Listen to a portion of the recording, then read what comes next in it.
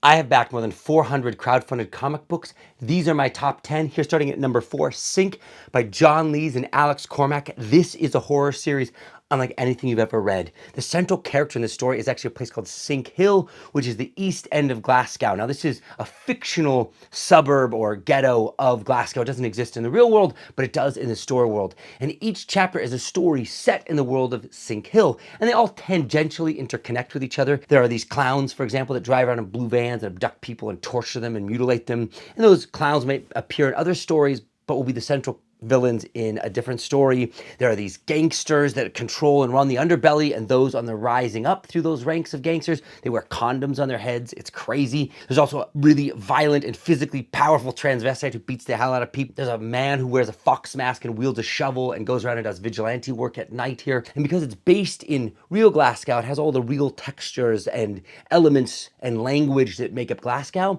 but with this fantasy horror twist to it. Here's our man who wears a fox mask. He's actually an immigrant coming in from the Middle East. He was a soldier. He ran away with his family. He's living in this immigrant hostel, and then he's going around at night with a shovel and killing people and doing vigilante work. Crazy. Here's our crazy transvestite that used to be a gangster, now trying to go straight, if you will, and is beating the living hell out of these gangsters. Their story is quite interesting. They have this weird romance with this guy who's into it. There's an incredible story about these kids who hear about this train station out in town where people are getting killed and people are getting abducted off the trains, taken to this station, getting killed. They ultimately meet the villain who's out there killing people, and it's Dig, this awesome mask-wielding fox that comes and saves them. And what I like about it, you can see here, this is a story of a girl whose dog goes missing, and she befriends the head of this gangster operation, sort of controls the underbelly of it here. And you can see in a scene where she just walks past our transvestite character, and it's just a small interaction, but it links the world together. And that feeling that keeps this one holistic story, even though they're separate strands, is really impressive here. Now, this is my favorite story in the world. This is about a mother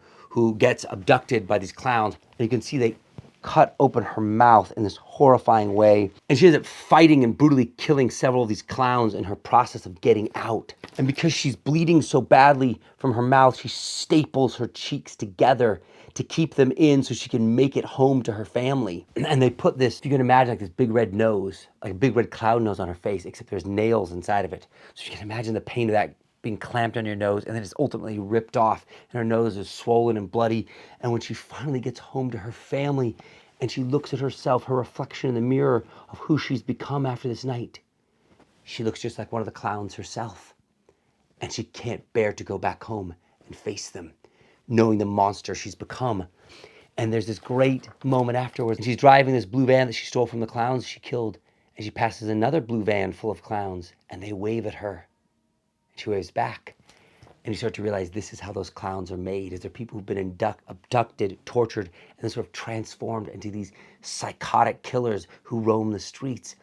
This is the level of storytelling here that John Lees has delivered. It was first dropped as single issues, then they did trades, and then most recently they did hardcovers, and you know I had to get these. And look at how fun these hardcovers are, like these silly covers about this wildly dark world. Highly recommend it. If you're not following John Lees, he's one of the great writers in comic books here. And Alex Cormack, man, I love that guy's art here. Sink.